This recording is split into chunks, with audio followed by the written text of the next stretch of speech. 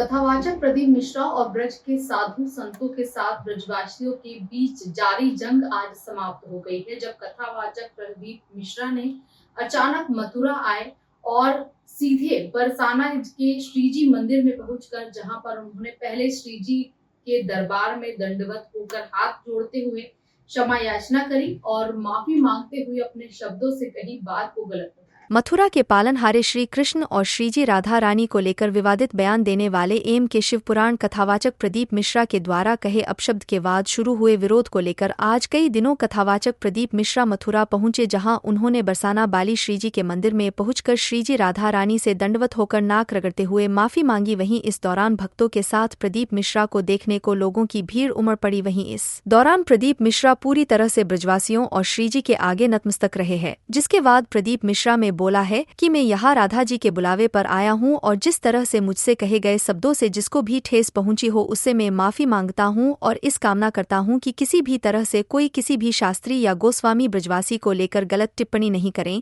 वहीं ये बोले कि अब आगे से जहाँ भी कथा होगी वहाँ मैं श्रीजी से मांग कर ही विनती करूंगा। वहीं इस माफी मांगे जाने को लेकर प्रदीप मिश्रा का विरोध कर रहे हिंदूवादी नेताओं सहित धार्मिक और कथावाचकों में काफी खुशी है, क्योंकि इससे उनकी ओर श्रीजी की जीत हुई है और प्रदीप मिश्रा द्वारा कही बातों को लेकर वो खुशी जाहिर कर रहे हैं। वहीं उन्होंने कहा कि जिस तरह से श्रीजी ने प्रदीप मिश्रा को सद्बुद्धि दी और उनके द्वारा यहाँ आकर क्षमा मांगी गई है, इससे प्रदीप मिश्रा का जीवन सुधर गया, नहीं तो उसे इसका अनर्थ होना ही था। लेकिन अब प्रदीप मिश्रा से किसी को कोई शिकायत नहीं है। बरसाना आए थे, क्या कुछ हुआ है?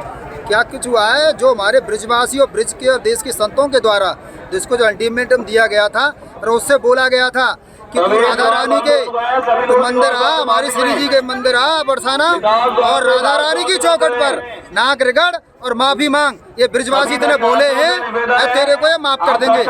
उसी के जरिए वो आज आया है और उसने नाक रगड़ी है और माफी मांगी है सबसे, और बोला है कि जहाँ जहाँ मैं कथा कहूँगा वहाँ भी मैं सब भक्तों से हर कथा में माफी मांगूंगा।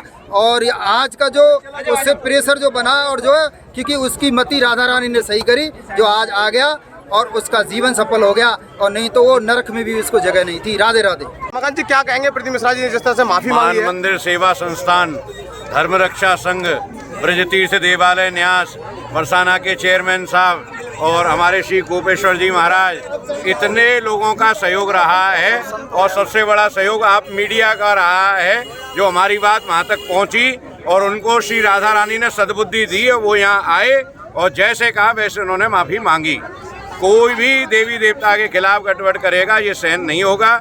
समस्त ब्रजवासी भक्तों ने आंदोलन किया और आंदोलन की बात राधा रानी के चरणों में पहुंची। राधा रानी ने उनको सद्बुद्धि दी, वो आए, उन्होंने क्षमा मांगी। अब हम लोग पूर्ण प्रसन्न हैं और सभी के लिए धन्यवाद, हृदय से धन्यवाद। प्रदीप मिश्रा आए थे, क्या हुआ और किस तरह से माफी मांगी उन्होंने? देखो, 24 तारीख की पंचायत में ये तय हुआ था कि उन्होंने राधा रानी का जो अपमान करा अपने शब्दों से, वो 7 दिन का समय, 7 दिन में आके राधा रानी की देरी पर नाक रगड़े और वानी अपने 5वें दिन आज नाक रगड़ लिए। राधा रानी ने उनको माफ कर दिया है ना। अब रही बात जिन जिन भक्तों को जो कष्ट पहुंचा है, वो अपनी बाणी के माध्यम से कह के गया है, जहाँ जहाँ भी कथा होगी मैं अपनी कथा में अपनी बाणी से हर बार ये कहूँगा मुझसे भूल हुई थी। राधे राधे। पांडे जी, आज प्रदीप मिश्रा बरसाने आए थे, क्या हुआ और किस तरह से उन्होंने माफी मांगी है? आज प्रदीप मिश्रा अपनी गलती की माफी मांगने के लिए, जो कि ब्रजवासियों की मांग थी, वो आए और उन्होंने नाक रगड़ के और लंबी दंडौत करके राधा रानी के चरणों में अपनी क्षमा याचना की। उनका जो अपराध था यही ब्रजवासियों की और ब्रज तीर्थ देवालय न्यास का यही मांग थी और इसी मांग को उन्होंने पूरा किया और अपने अनुयायियों को भी उन्होंने कड़ा संदेश दिया कि ब्रज के किसी भी हमारे परम पूज्य आचार्य शास्त्री जी एवं अन्य किसी भी ब्रजवासी के लिए कोई भी गलत बात का प्रयोग ना करें।